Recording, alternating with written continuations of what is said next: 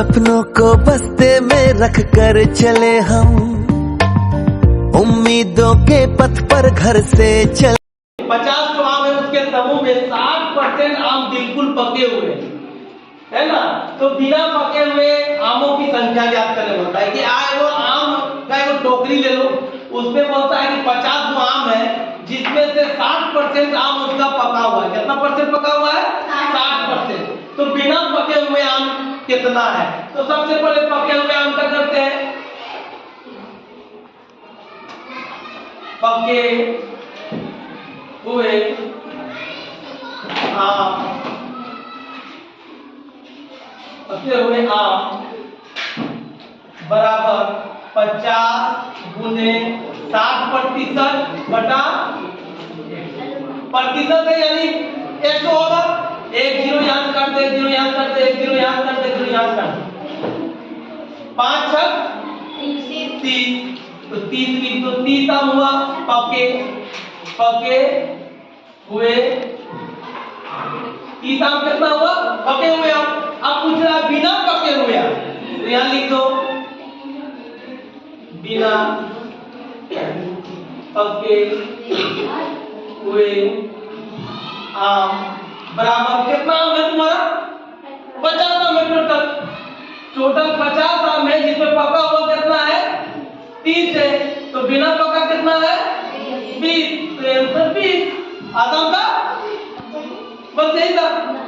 प्रथम वर्ग से दसम यानी 1 क्लास से 10 वर्ष तक, 10 क्लास तक पहुंचने में केवल प्रथम श्रेणी या द्वितीय श्रेणी लाया, यानी कि 1 क्लास से जो राम पढ़ रहा था 1 क्लास से 10 क्लास तक में वो 2 ही श्रेणी में आया है। एक प्रथम यानी फर्स्ट करता था, द्वितीय श्रेणी यानी कि सेकंड करता था।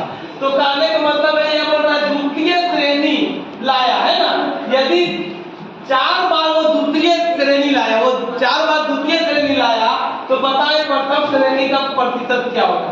तो प्रथम श्रेणी तो अपने पास पता चल गया, ये द्वितीय श्रेणी 4 बार लाया, तो प्रथम श्रेणी कितने बार लाया? 10 बार में 6 बार लाया। तो लिखते हैं राम प्रथम श्रेणी लाया बराबर कितना लाया? 6x, समझ लो x मान लिए।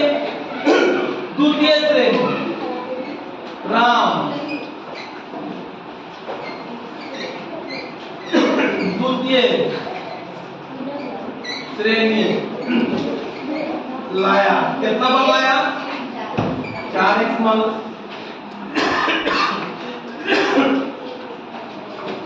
4x मान लो। तो प्रतिशत ज्ञात करने बोला है, प्रतिशत ज्ञात करने बोला है। तो लिख दो यहाँ प्रश्न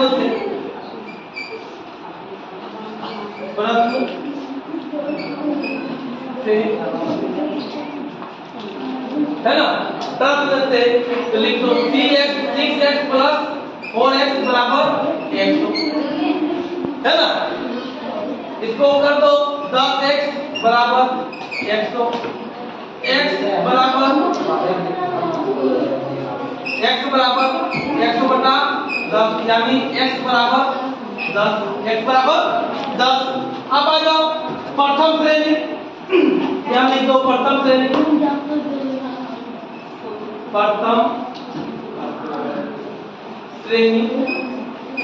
श्रेणी कितना है?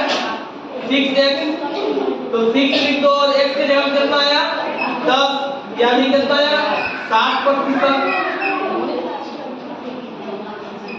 द्वितीय श्रेणी कितना है? 4x, लिख दो 4 गुने 10 बराबर 40, यानी 40%। इस तरह से जो आ गया, यानी प्रथम श्रेणी में 60% आया और द्वितीय श्रेणी में कितना परसेंट आया? 40% आया। ठीक है।